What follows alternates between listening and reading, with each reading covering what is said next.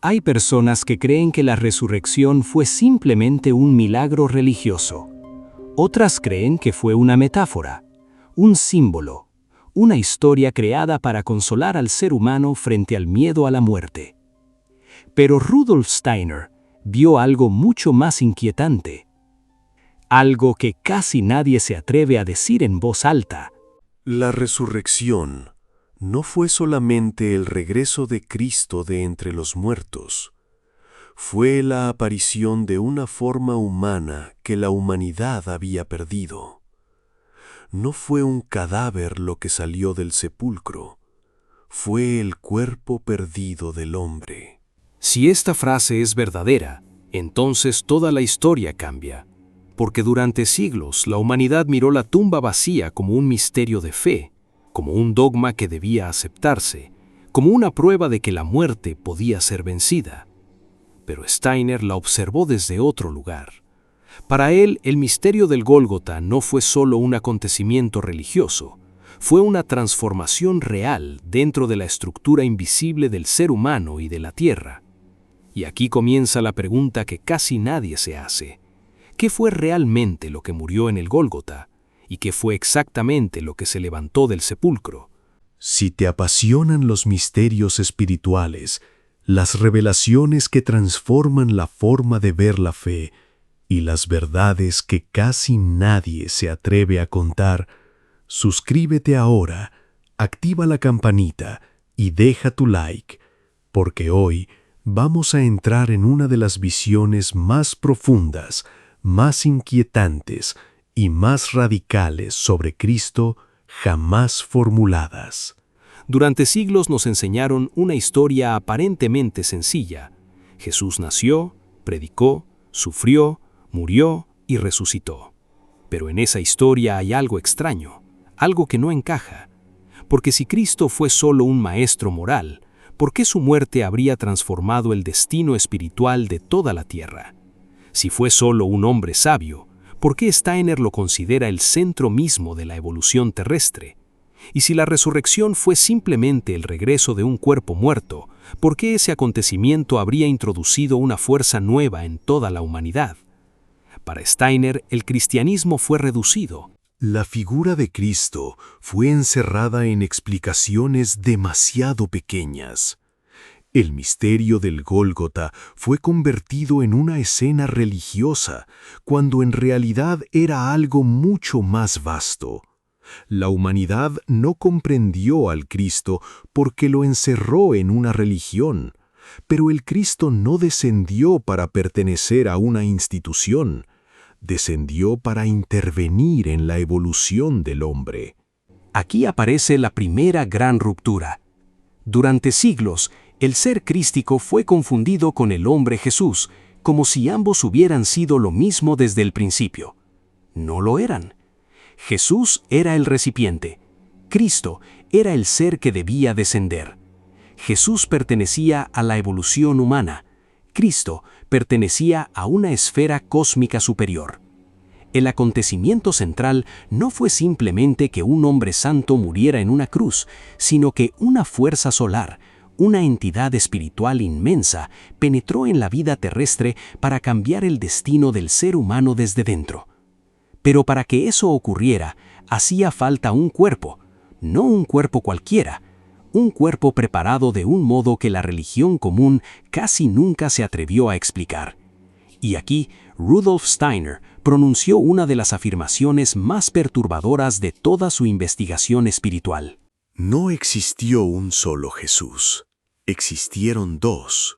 Uno llevaba la sabiduría, el otro llevaba la pureza, y ninguno, por sí solo, podía recibir al Cristo. Los evangelios de Mateo y Lucas no narran el nacimiento de Jesús del mismo modo. No presentan las mismas genealogías. No muestran exactamente la misma infancia.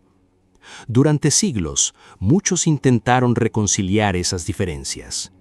Algunos dijeron que eran simples variantes. Otros hablaron de símbolos.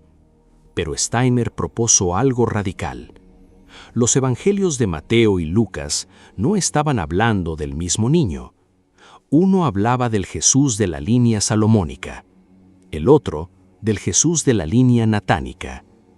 Dos niños, dos corrientes espirituales, dos destinos que avanzaban hacia una unión preparada desde lo invisible.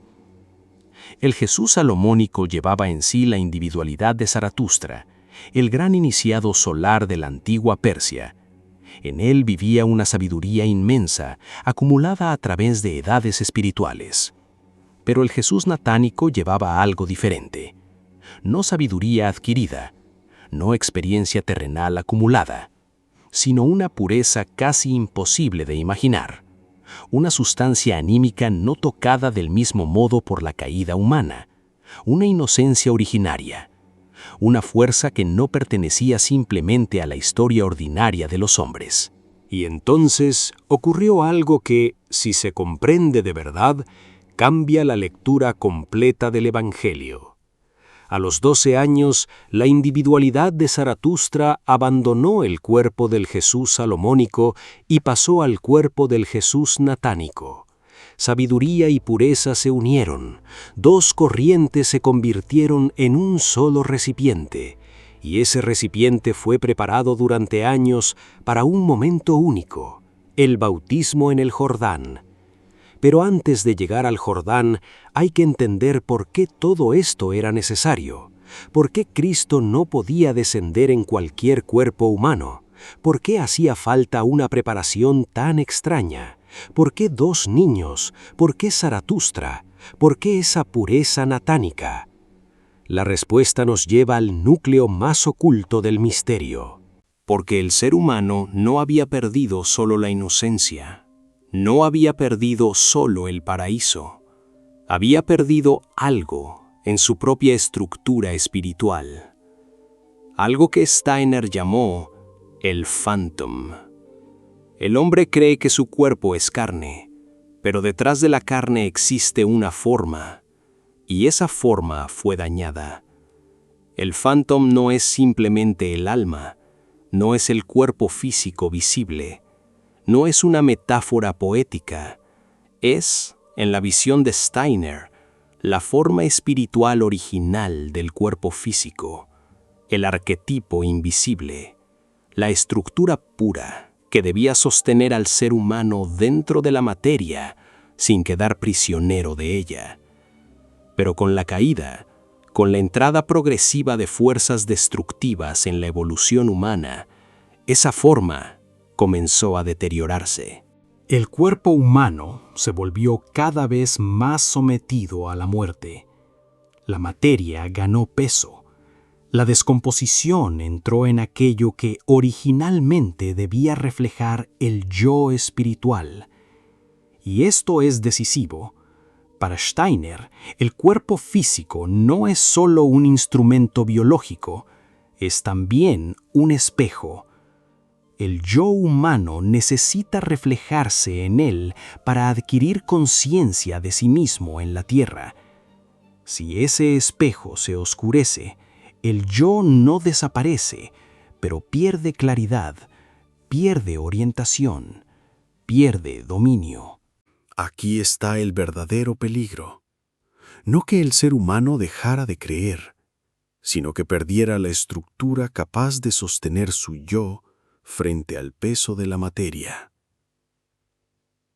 Cristo no vino a hacer al hombre más religioso. Vino a impedir que el yo humano se hundiera para siempre en la materia. Ahora el misterio del Gólgota empieza a revelarse de otro modo. Ya no hablamos solo de un sacrificio moral, ya no hablamos solo de perdón, ya no hablamos solo de una promesa para después de la muerte. Hablamos de una intervención en la arquitectura espiritual del ser humano. Y entonces llega el Jordán, el momento en que Jesús de Nazaret es bautizado. Pero, según Steiner, aquello no fue un simple rito, no fue solo una bendición, no fue una escena piadosa. Fue el instante en que el ser del Cristo penetró en el cuerpo de Jesús. Desde ese momento, algo nunca visto ocurrió sobre la tierra.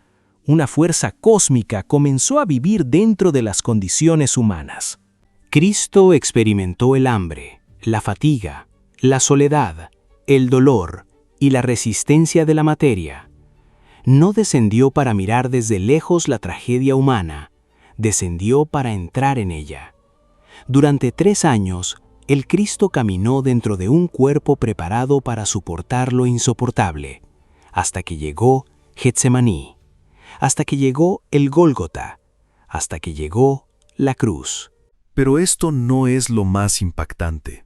Lo más impactante ocurre después, porque si miramos solo la muerte, no hemos entendido nada. El centro del misterio no está únicamente en que Cristo murió, está en lo que la muerte no pudo retener.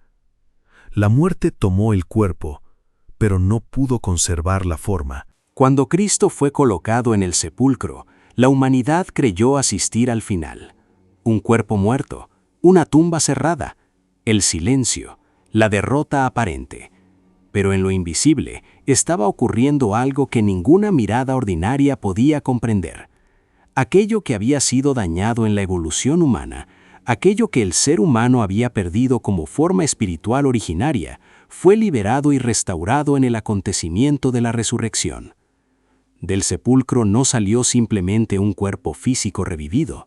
Del sepulcro emergió el principio de una nueva forma humana, el phantom restaurado, el cuerpo espiritual perdido, la posibilidad de que el ser humano, unido al impulso del Cristo, pudiera recuperar aquello que la caída había corrompido.